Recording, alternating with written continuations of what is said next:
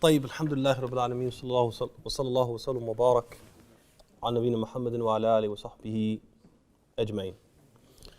طيب, so we talked about three major objectives that Allah subhanahu wa ta'ala wants couples to get out of marriage.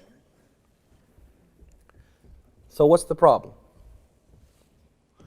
The problem is that many Muslim marriages are achieving anything but these objectives. They're anything but tranquil, loving, and merciful. So we have these objectives, but those objectives are not being achieved. Rather, the opposite is being produced. So the problem is that we, as husbands and wives, we need to get back to being garments for one another. We need to get back to living with each other in a manner that is pleasing to Allah subhanahu wa ta'ala. And we need to introduce or bring back the tranquility, the love, and the mercy that's supposed to be in Muslim marriages. And so now the question comes, how do we do that? How do we do that? How do we get less of this? How do we eliminate this and introduce more of this? Basically, ikhwan, when people approach this topic, usually they approach it with what I like to call the traditional method. And I remember my teachers used to say this all the time. One particular teacher that I had used to say this all the time. He used to say, "Az-zawaj, huquq, wa wajibat." He said, marriage is rights. Marriage is huquq, entitlements, rights, and wajibat, duties. That's what marriage is. The man has entitlements, he has duties. The woman has rights, and the woman has duties. They wrap their head around that. Each one knows what they're supposed to do. They do that, everything will be fine. Al-hayatu jamila wal yawm jamil. Right? That's what they used to say. And I used to believe that and teach that.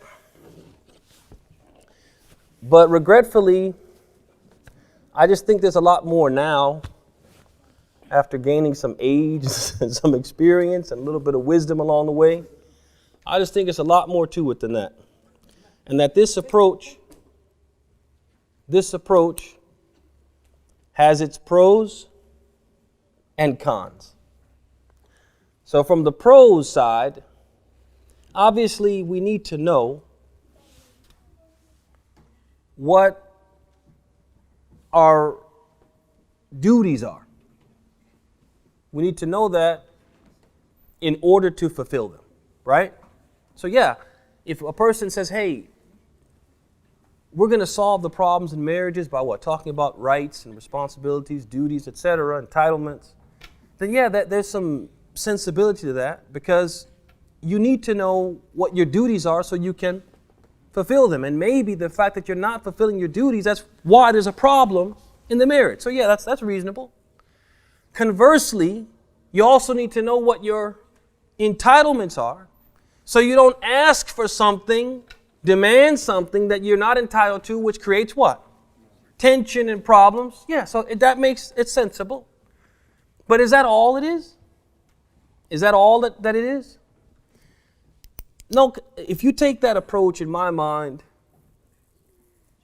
that's how you teach, that's what you tell couples who are in crisis, then I think what that leads to, some of the cons, is scorekeeping. And we're going to talk about this in more detail, but just briefly, scorekeeping means you keep this running tally of what you gave versus what they gave. And is what they gave reciprocal to what you gave? And if it's not reciprocal, then that means you're one up on them. They owe you, right? And anything you do beyond that is a favor. And so when you have that attitude of what? Scorekeeping, then what ends up happening is that when you don't feel that what they're doing is reciprocating what you're doing, what you're investing and putting in is not. So basically what happens is that through this scorekeeping, resentment is created. That basically, hey, I did this and you only did this. And that those two don't add up. And you're always what? You're always underachieving, underinvesting. I'm giving more and you're giving less. That attitude creeps into the person's mind, and with it, the resentment and the bitterness and the feeling that there's some unfairness. And that creates to what? Creates tension, animosity, ill feelings, and ill will that contradict and actually undermine the love and tranquility and mercy that the marriage is supposed to produce. Right? So that's one of the cons of always talking about what? Rights and duties, entitlements, responsibilities. Doing that creates what? Creates this scorekeeping. The second con, that this talk about rights and responsibilities, it works for those who they don't know, they're unaware what their duties, what their entitlements are. They don't know that. And so, yeah, they're having problems because what? The husband is not fulfilling his responsibilities. The wife is not giving the husband his due rights. They're having problems because of that. That works for them. What about a couple that, yeah, I know what his rights are or her rights are. I know what my responsibilities are. I know what I'm entitled to and what I'm not entitled to, but I don't know how to give it to them. I have some obstacles that stand in my way of what? Of achieving what's required of me. That's telling them that these are his rights. These are his rights. That's not going to what? Enable them to do what? To practice it. It's not going to give them incentive to practice it. It's just like, for example, you have a person who's addicted to a substance. They're addicted to a substance, and you tell them that addiction is bad, addiction is bad, addiction is bad. You tell them that every day for a month. Is that going to make them be able to overcome their addiction? No. You're going to have to tell them how they can treat themselves, overcome the dependency, and leave it. You're going to have to teach them something beyond just what telling them that, something that probably they already what? They already know. ثم بعد ذلك, another con is that the objectives of marriage, the things that marriage is supposed to achieve, are not limited to what? To the fulfillment of rights. And just knowing your husband's rights or your wife's rights, will that necessarily introduce love and mercy in the marriage? Or do they go hand in hand? No. And since marriage is about more than just doing your job, it's about making the other person feel loved, making that person feel compassion, making that person feel at ease. There's got to be more to solving the problems in marriages than just what? Reciting a list of what? Entitlements and a list of duties.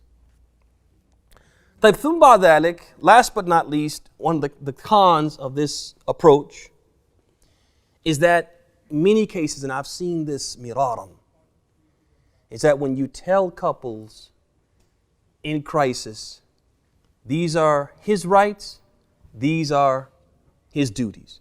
These are your rights, these are your duties. When you do that, the couples come to think that that's all marriage is. They think that's all it is, and as a result, that's all they do is try to what? Make sure they're what? Fulfilling that or doing that. And they forget about what? The fact that I'm supposed to be a libas for him. I'm supposed to live with him in a way which is considered acceptable. I'm supposed to what? Introduce foster love, mercy, tranquility, compassion, etc. So we're going to take a little bit different approach as opposed to the traditional method. And what we're going to do is we're going to take what I like to call a objective-centered approach. That what we have to do is bear in mind, da'iman wa abadan, all the time, we have to bear in mind what we talked about in the previous segment. What does Allah want us as couples to get out of marriage? And then what does Islam teach us that we should do? How does Islam teach us to behave in order to what? Achieve those objectives. So what were the objectives again, ya ikhwan? The objectives were to be what? Libas. And we talked about what that means. The objectives are to live with each other in a way which is what? Acceptable to everyone. Such a way that, hey, they say, hey, that's a good couple. I envy them. I envy what they have. And last but not least, he wants it to create what? Tranquility, love, and mercy. So what we are always looking to figure out is what does the Kitab, the Quran, the Sunnah, and common sense. Yes, in this case, common sense is a source. What does the Quran, the Sunnah, and common sense tell us we should do, how we should behave in order to achieve what? These objectives. Our approach is an objective-based approach, objective-centered approach. It's all about what? Achieving what? The objective by any means necessary, right? So, that being said, what are some of those means? What are some of the things that we need to do? The first one is treat your spouse as you would like to be treated. Treat your spouse as you would like to be treated. We're all aware of the hadith, collected by Bukhari, Muslim authority of Anas, in which the Prophet ﷺ, he said, لا يؤمن أحدكم حتى يحب لأخيه ما يحب لنفسه. None of you truly believes that he loves for his brother what he loves for himself. But this is true for your brother who is not what? Related to you. It's even more true for people who are related to you, including the person who's what? Who's married to you. Okay? That you have to love for that person what you love for yourself. We also had the hadith of Abd'Llah ibn Amr collected by Muslim, in which the Prophet instructed the person who wants good in the hereafter. He said, وَيَأْتِ إِلَى النَّاسِ مَا يُحِبُّ أَنْ يُؤْتَى إِلَيْهِ. And let him give people the treatment that he himself would like to receive. So again, if this is true for our Muslim brothers and sisters in general, it's even more true and applicable to those who are closest to us, especially our spouses. And so what does this mean? This means that you have to acknowledge that your partner is not just an extension of you, solely present to make you happy, but rather they are a separate person which has or who has their own needs and wants which are equally important and equally valuable to them. Just like you have needs and wants which are important and valuable to you, they have needs and wants which are valuable or important and valuable to them. And you have to realize that. And you can't be dismissive of that. So it's just about me, it's about what I want and about my happiness. And you just do everything in your power to make me happy and everything will be. No, that won't work. Because they have wants and they have needs as well. So it's incumbent. And we see this in the Quran itself, where Allah subhanahu wa ta'ala says, وَلَهُنَّ مِثْلُ الَّذِي عَلَيْهِنَّ بِالْمَعْرُوفِ وَلِلرِّجَالِ عَلَيْهِنَّ دَرَجَةٌ. Says in Surah Al-Baqarah, verse 228, and women have rights over their husbands, similar to those which their husbands have over them, in accordance with what is universally accepted. Men have rights, women have rights. Men have wants, women have needs. And they have to what? They have to basically mutually fulfill those wants. And it can't be one of them getting everything they want and the other one's wants being cast by the wayside. Ibn Abbas, he commented on this verse and he said, وَإِنِّي أُحِبُّ أَنْ أَتَزَيَّنْ لِامْرَأَتِي كما أحب أن تتزين لي. He said, I love to beautify and adorn myself for my wife, just as I love that she beautifies and adorns herself for me. Ibn Abbas is saying, I believe that I have to treat her the way I want to be what? Treated. Okay? Ibn Abbas understood from this verse that if you want something from your wife, be prepared to what? To give it. واضح؟ طيب.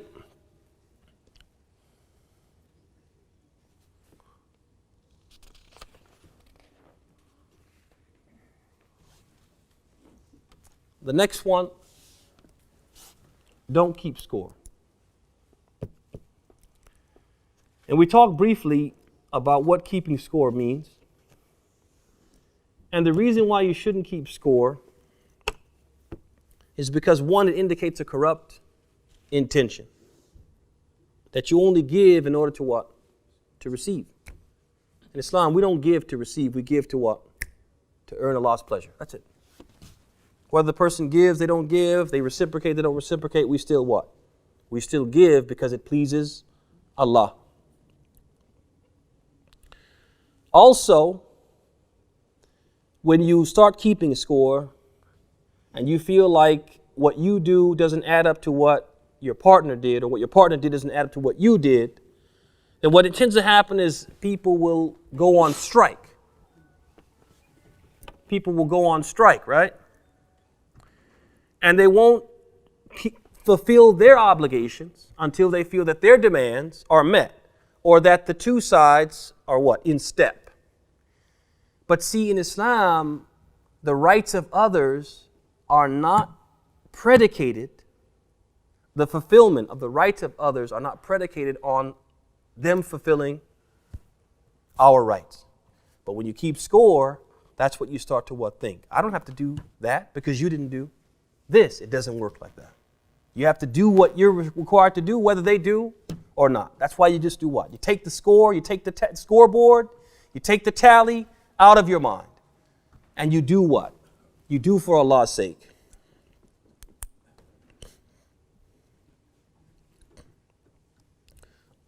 Also, when you keep score, you're undermining one of your objectives.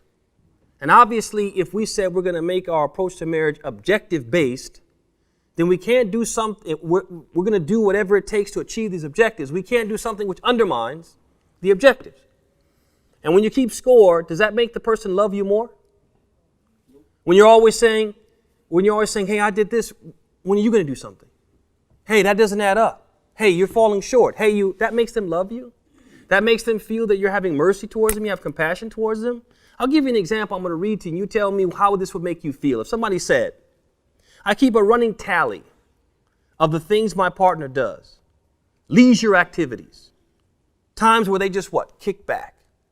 Outings with friends, times that they got to what? Spend with their buddies and do whatever buddies do. The amount of time spent with our children.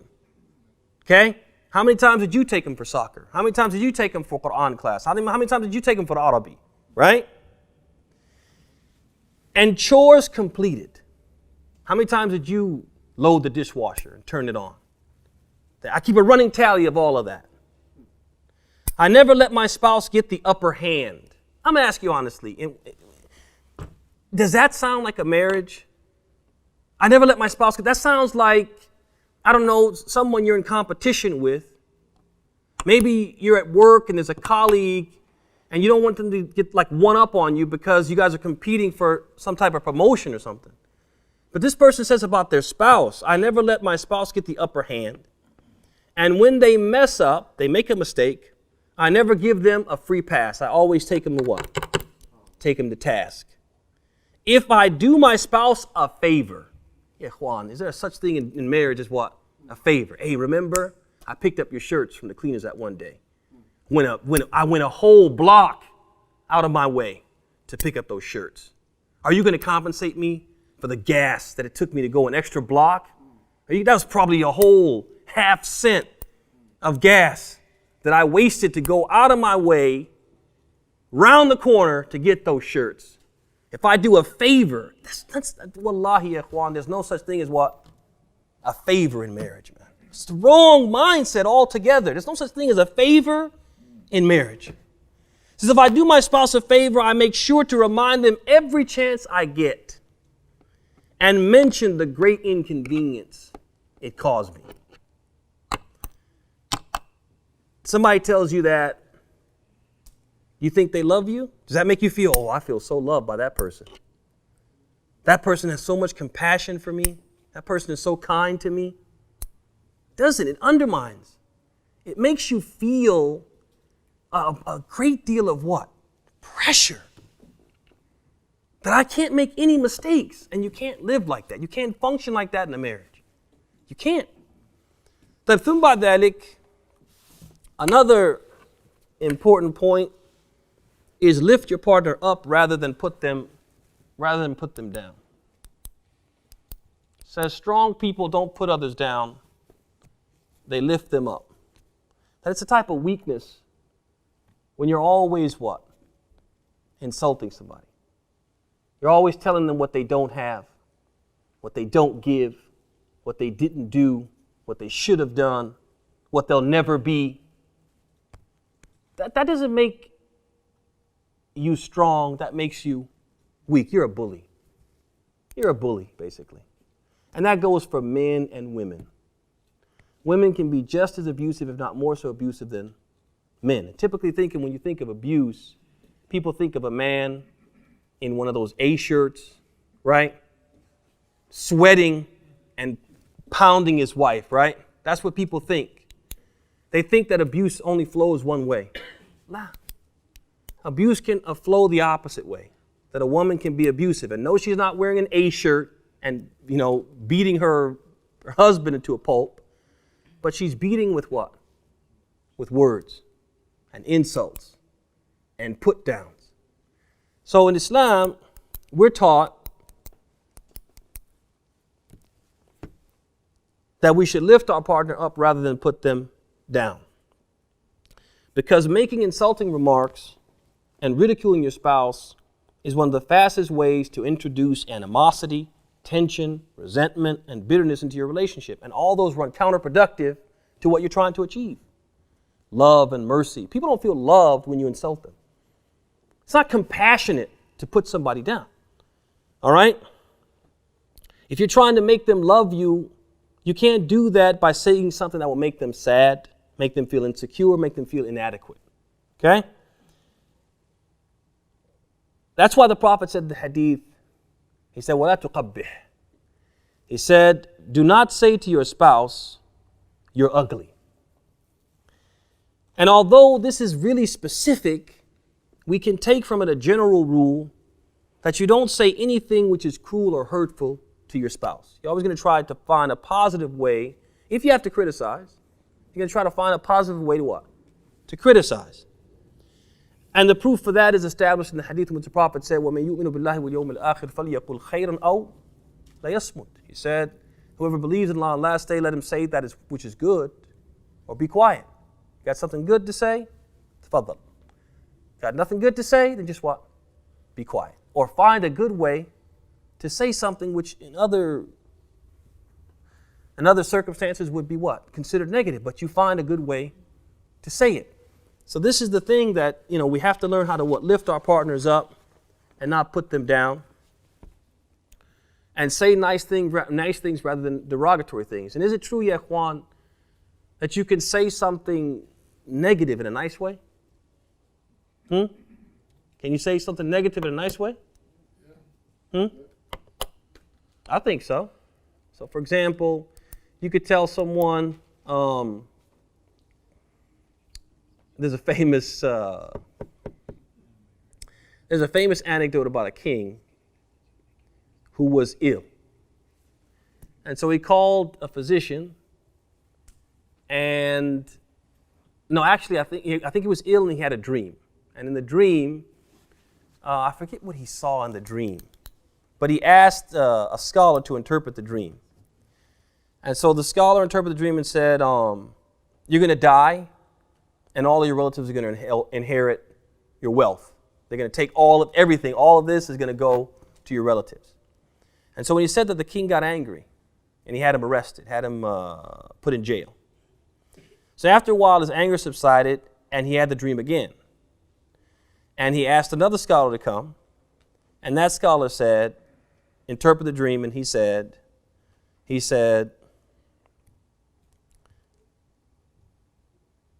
your relatives are going to live long, and they're going to prosper, and you're going to be the cause of their prosperity. And the king what? He smiled. He liked that. He's like, thank you, I appreciate that. And he gave him what? A mukafa'a. He gave him what? A reward for that. Now I'm going to ask you honestly, did they say the same thing? They said the same thing. But one said it in a way which was, kind of harsh and hard to swallow. And another said it in a way which was more palatable.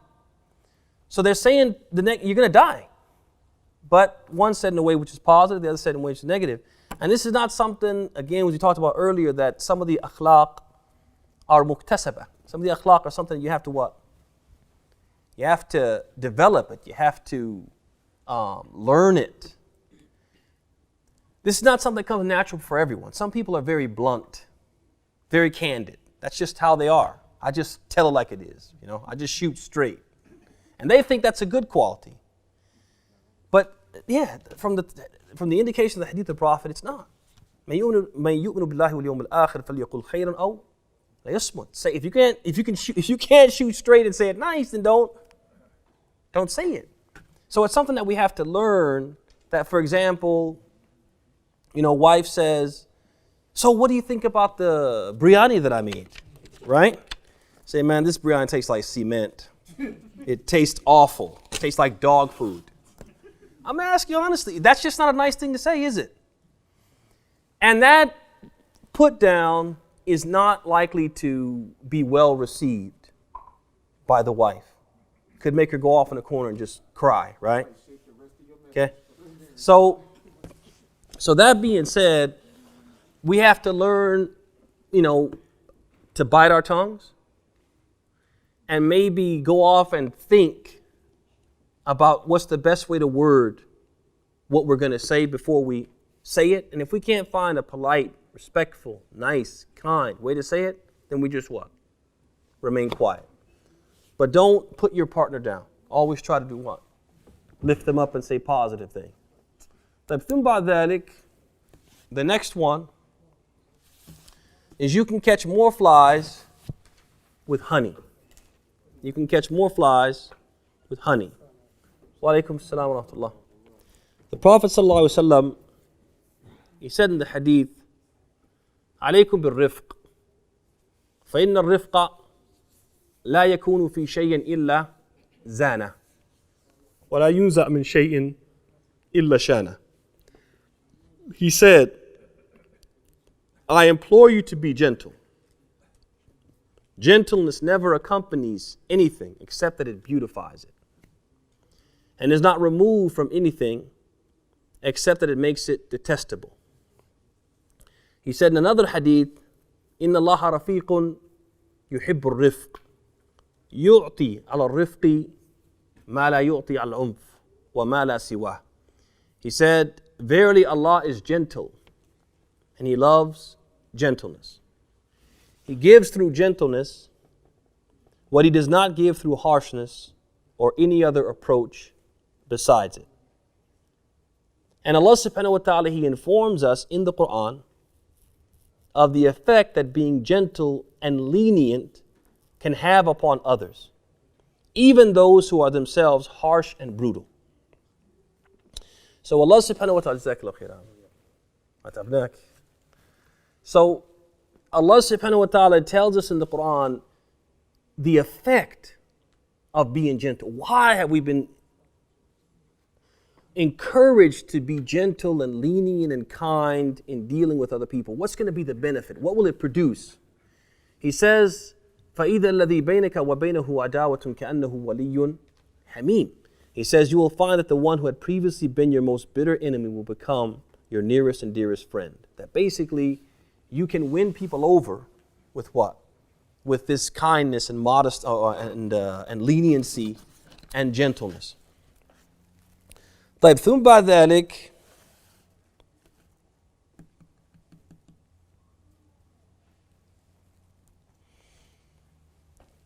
the correlation between this kindness and gentleness and civility, the correlation between that and the feelings of love, loyalty, and affection, which we're trying to achieve, our objectives, are not only supported by the Quran and Hadith that we just mentioned, but also by common sense. Ya ikhwan. People are more likely to respond positively and get along when they are handled with care, treated with respect, and dealt with in a gentle manner. While harshness, on the other hand, will typically cause people to do what? To run away from you. People are going to be repulsed by your harshness, and they're not going to want to be in your company. That includes your husband or your wife.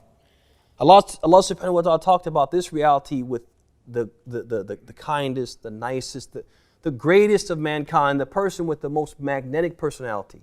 That even if he, with all of his magnetism, even if he had been harsh, people of what? Would have run away from him. So how about people who don't possess that quality? Allah says, فَبِمَا رَحْمَةٍ مِّنَ اللَّهِ لِنْتَ لَهُ وَلَوْ كُنْتَ فَضًّا غَلِيظَ الْقَلْبِ لَانْفَضُّوا مِنْ حَوْلِكَ.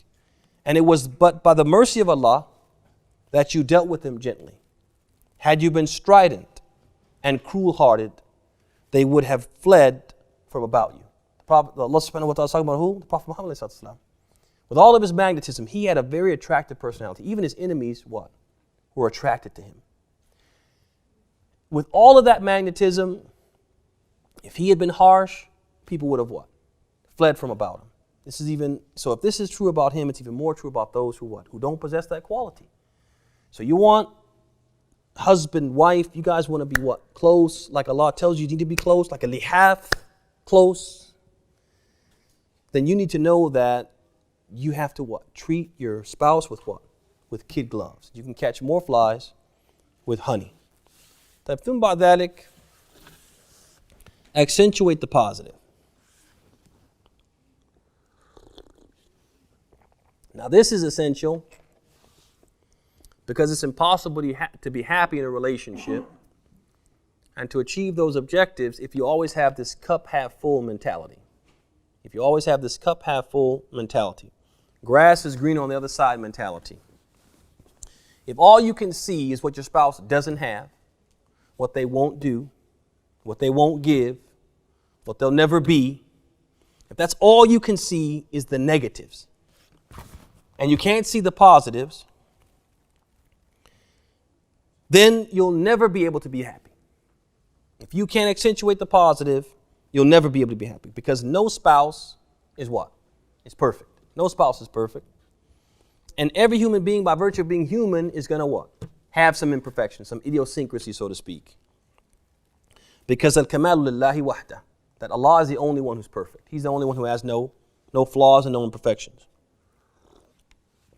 So if you want to be happy, you have to learn how to what? To appreciate the good things that your spouse has as opposed to harping on the things that they don't, the bad things that they have or the good things that they don't have. Which is why the Prophet said in the hadith, لا يفرق مؤمن مؤمنة إن كره منها خلقا رضي منها آخر. Said, let not any believing man despise a believing woman. And it goes also, let not a believing woman despise a believing man. If he dislikes some quality that she has, then he is undoubtedly pleased by another. So for example, let's say that a man has a wife and she's homely. A man has a wife and she's homely. You guys know what homely means? You don't have to say it, just do you know what it means? Everybody knows what homely means. Okay, good. So a man has a wife who's homely, and that's a negative thing in his mind. But she's a great cook. She's a great homemaker. She always what? Dresses nice and smells nice. Keeps the home nice and clean. Takes really good care of the children. She has all these what? Positives. He shouldn't do what? Harp on the negative. Right? He shouldn't harp on the negative thing. Well, yeah, she does. Yeah, but she's homely, man. Right? A man has a wife who what? She's not the best cook, not the best cleaner. Doesn't keep the house all that clean, and he can cook better than she does. Right? Everything she cooks is burnt, right? She doesn't, we say all the time, can you burn? But we don't mean that literally, man. But she burns everything, right? But she's beautiful.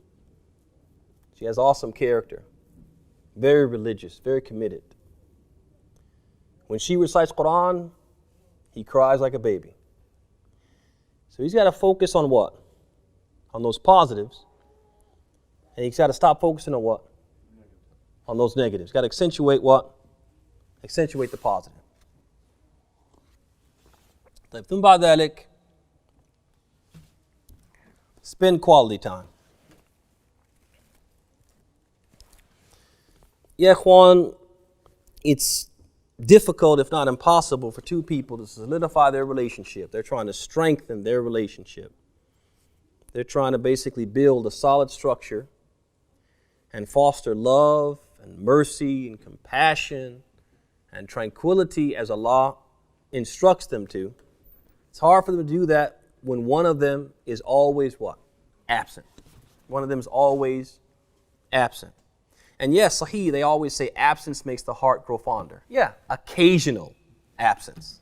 Occasional absence, yeah. Husband goes off on a trip for a weekend.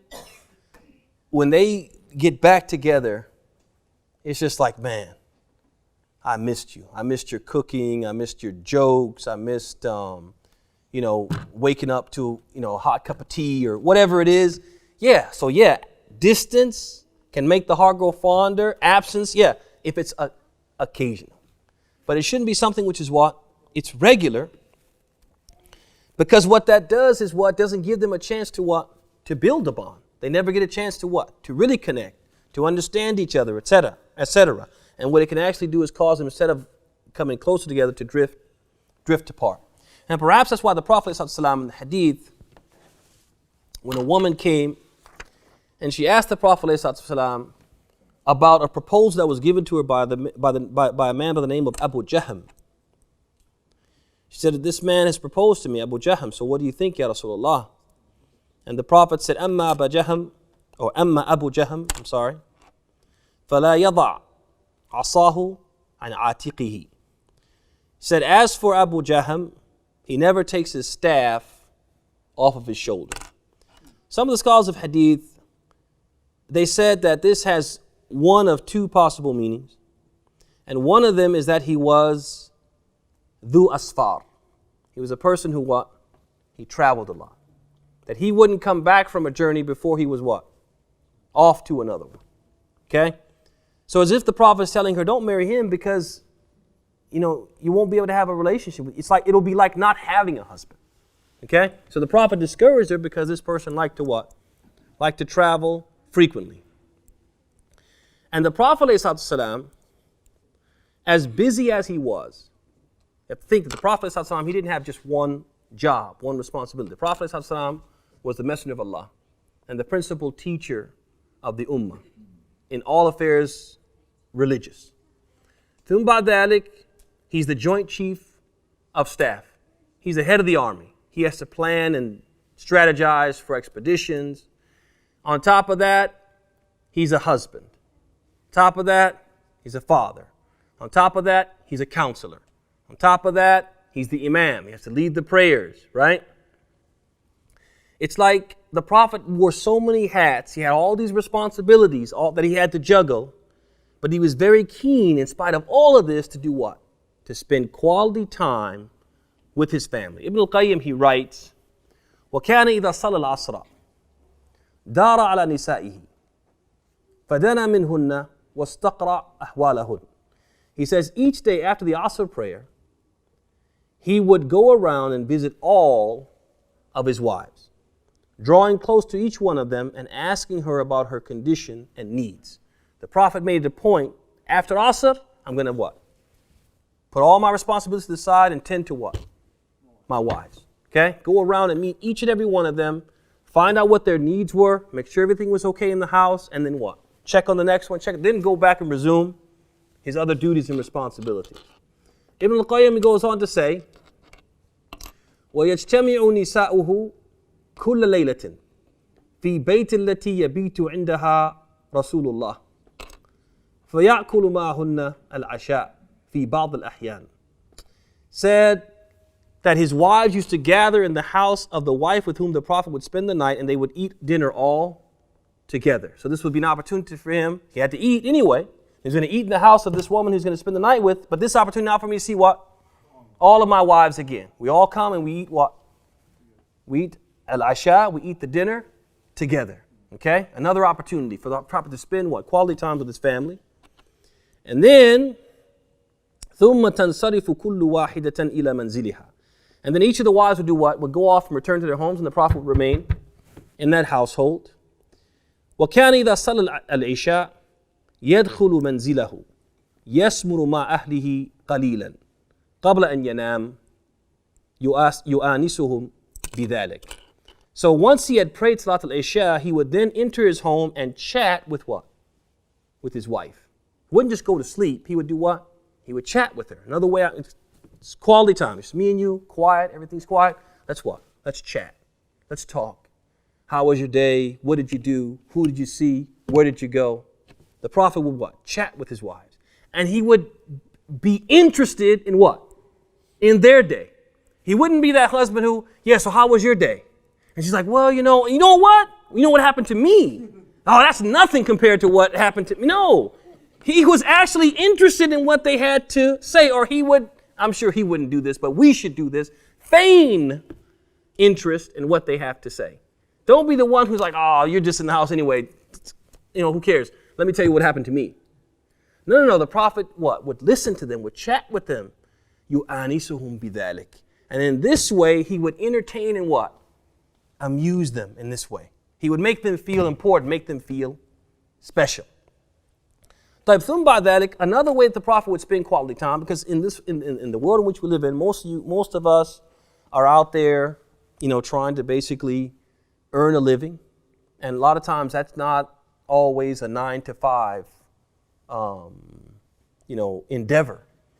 That what ends up happening is that we spend a lot of time, working on projects, going early in the morning, late at night, maybe having to go into office on the weekend, whatever it is.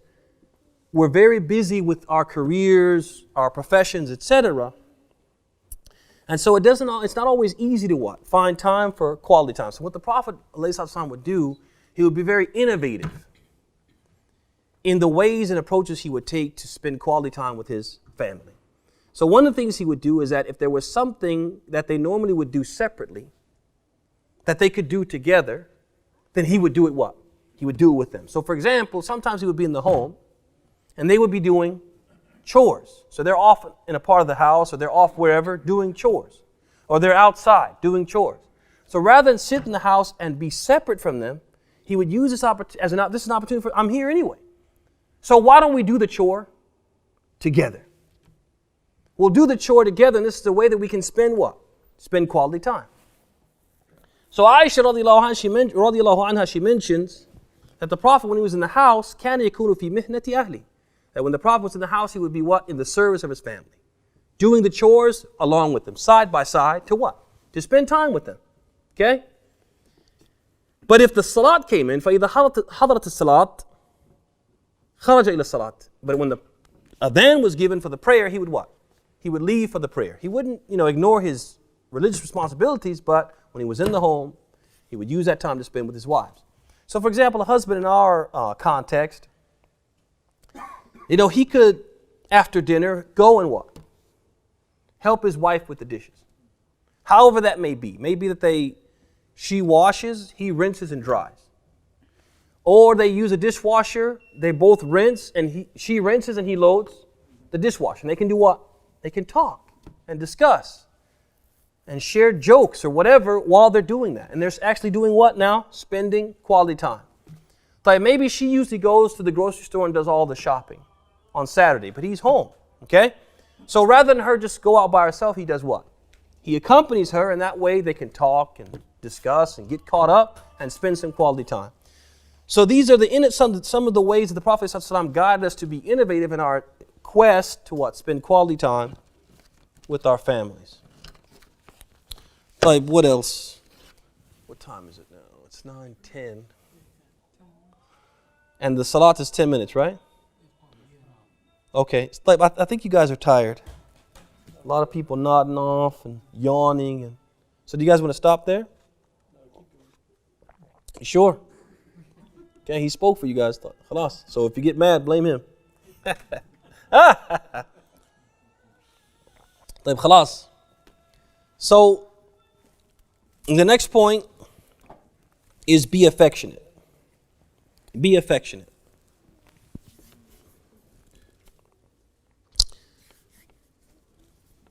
طيب يا اخوان, kisses, hugs, hand holding, and other expressions of affection, they don't cost us anything.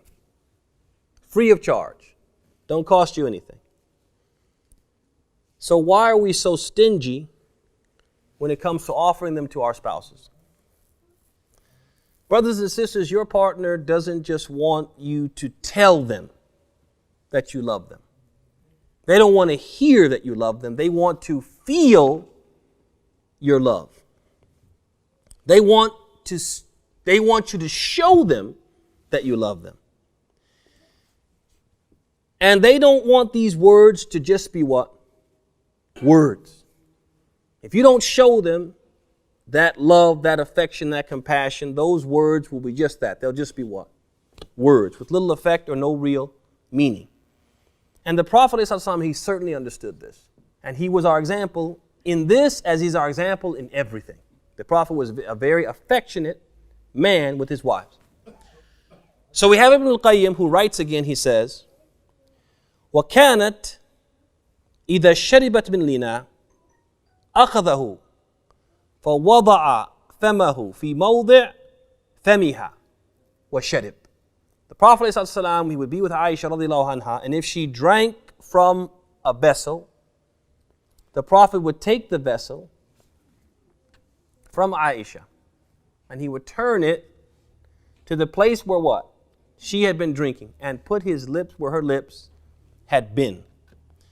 وَكَانَ إِذَا تَعَرَّقَتْ عَرَقًا. And the Prophet ﷺ, if she ate from meat on a bone, like a lamb shank, right? If she ate from a bone that had meat on it, أَخَذَهُ فَوَضَعَ فَمَهُ مَوْضِعْ فَمِهَا.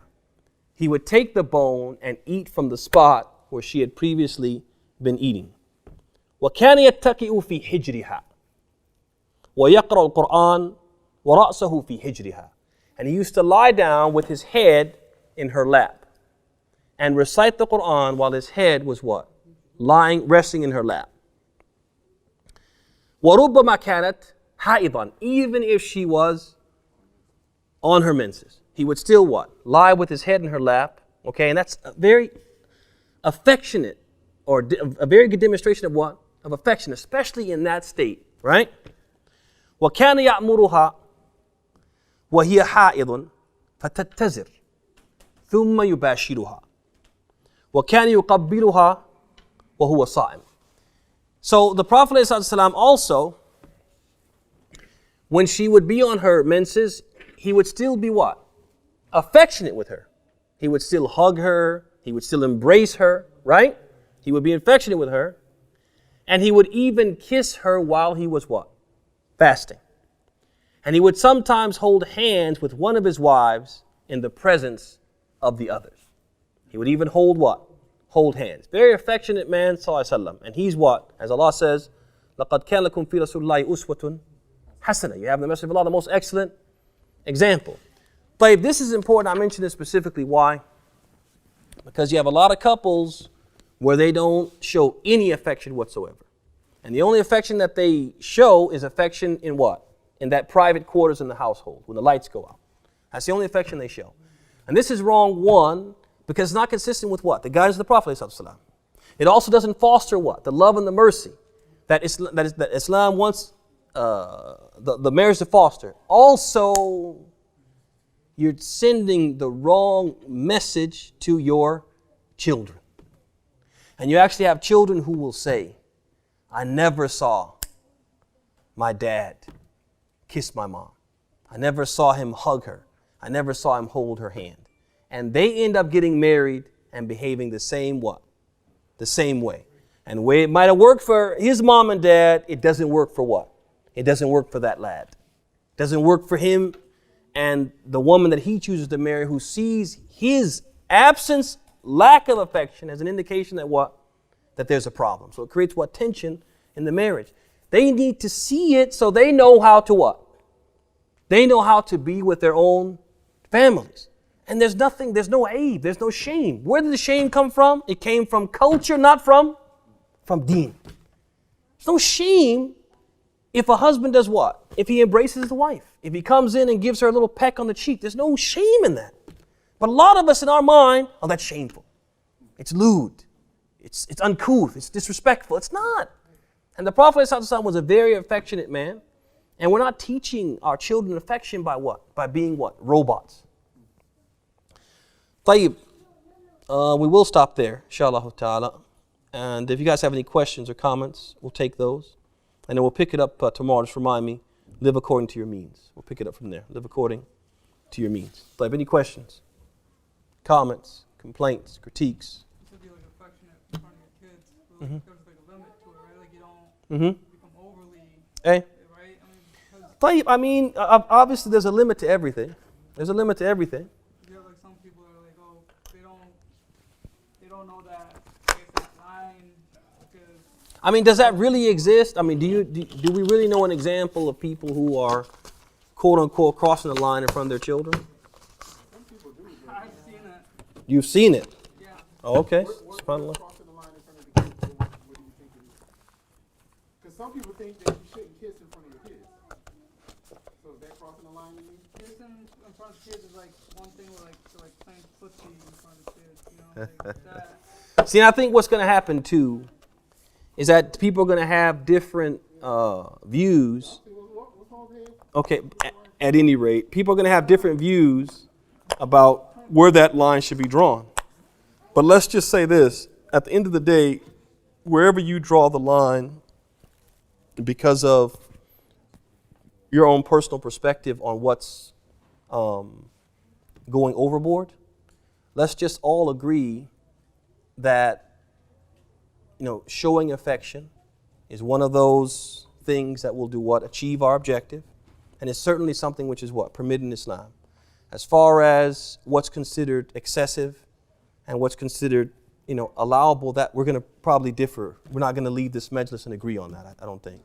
But we should show some affection in front of our children because we're teaching them in a roundabout way how to be affectionate as husbands and wives in the future. Yep. And it's hard if you've ever, and let me say this because this has come up a few times from people I talked to today and other occasions, is that people get into marriage and nobody teaches them, whether it's their parents or the community. Nobody teaches them how to be what? A husband, how to be a wife. And most people, they take whatever they know about relationships from what they saw in their households. There was no sit down with mom, there was no sit down with dad. Hey son, this is how you be a good husband. Hey daughter, this is how you be a good wife. That doesn't happen, but what they do is they kind of look and see what?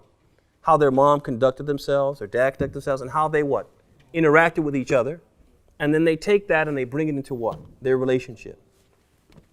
So now if you have, so now if you have a bride or a groom who they come into a relationship where they never saw a display of affection. And so they think that, you shouldn't do that. And they are very uncomfortable with any type of what? Affection. Then that's going to create problems. And this is not something uncommon, that they just don't know how to function. They don't know how to react. They don't know how to behave. And they are very non-receptive to any display of what? Affection. How does that make that groom feel? Or if it were vice versa, the bride feel? That every time they lean in for a kiss, that person's like, Stand back, what are you doing?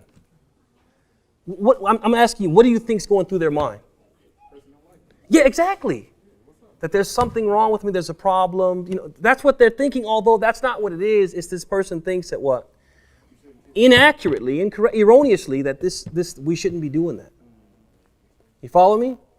So again, that's why I said this is important, especially if we're not going to have those talks and discussions and actually teach them. If we're teaching them only by example, then it's important that our example is consistent with what? The Sunnah of the Messenger of Allah, alayhi salatu wasalam. And that they see that so they can practice it themselves naturally. It's not something which is forced, something which is ingenuine, or something which they're totally resistive to. They're opposed to it, because that'll create problems. That will create problems, I assure you, and I've seen it. It will create problems. Do I have any other questions or comments? Going once, going twice, gone. هذا وصلى الله وسلم وبارك على نبي محمد وعلى آله وصحبه أجمعين.